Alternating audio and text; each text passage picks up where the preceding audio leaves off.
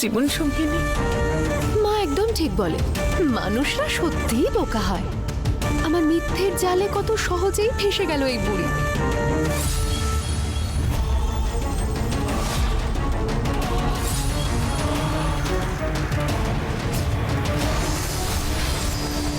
তুমি কি ভাবছো মা? কিছু না আন্টি, আমি কি বা বলবো। মা আমাকে এখানেই পাঠিয়েছে। এখন আপনি তো আমার জীবনের সবকিছু। আপনি যা সিদ্ধান্ত নেবেন আমি মেনে নেব। সত্যি?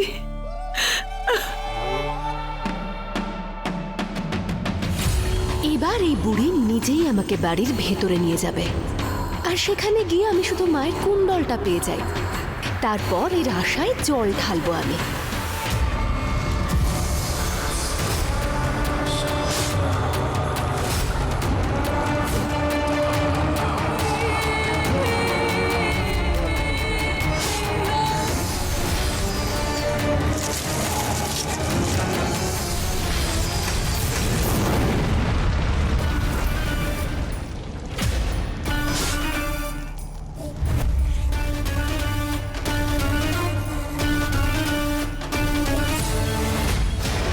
নিশ্চয়ই কোনো পবিত্র শক্তি এই মায়া বনের কাছাকাছি আসার সাহস দেখিয়েছে।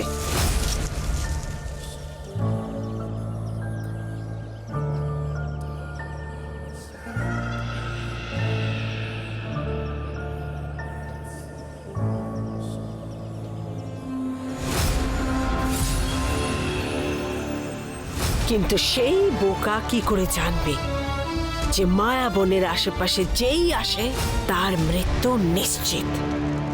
তার মৃত্যু নিশ্চিত। এই এক মিনিট, এটা কি লেখা আছে? এখান থেকে আর এগোনো বারণ। তোমার মতোই কোনো একটা বিতু রাম লিখেছে হয়তো। চলো।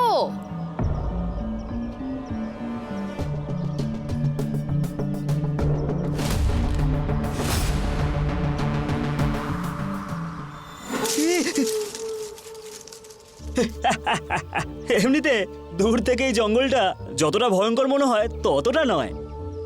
বেশি ভয় লাগলে হনুমান চালিসাও পাঠ করতে পারো তুমি। কোথায়?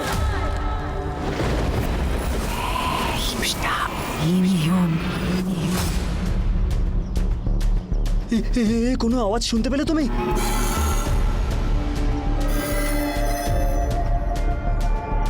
এখনো তো মায়াবনের সীমা পর্যন্ত পৌঁছলামই না আমরা, আর এখনই তুমি ভয়ঙ্কর আওয়াজ শুনতে পাচ্ছ। মনে হয় নেশার একটু বেশি প্রভাব পড়ে গেছে তোমার। প্রেম বাবু, ভুলে যাস না যে তুই একটা মেল ভরসাই মায়াবনের কাছে চলে এসেছিস। সাবধানে থাকিস, সাবধানে থাকিস। আমি এসেছি রানী কর্ণমোহিনী, আজ্ঞা করুন।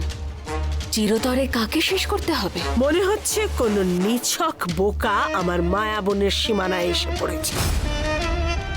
যাও, তাকে যত তাড়াতাড়ি পারো এখানে নিয়ে এসো। যথাজ্ঞা রানী কর্ণমোহিনী।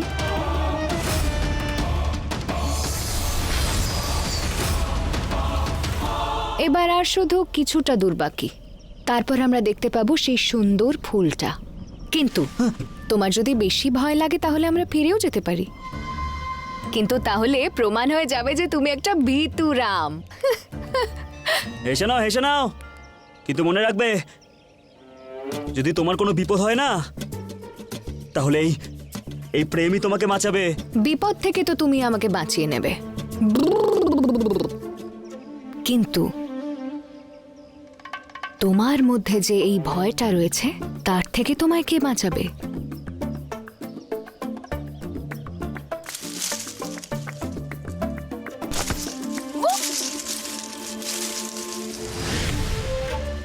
মা আর মহাকাল ছাড়া আর অন্য আর কাউকে ভয় পায় না এই প্রেম।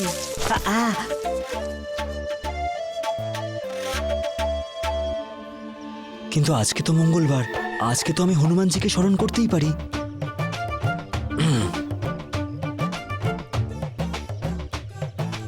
জানি না এই মেয়েটা কি আমাকে ফুল দেখাতেই এসেছে নাকি ফুল বানাতে।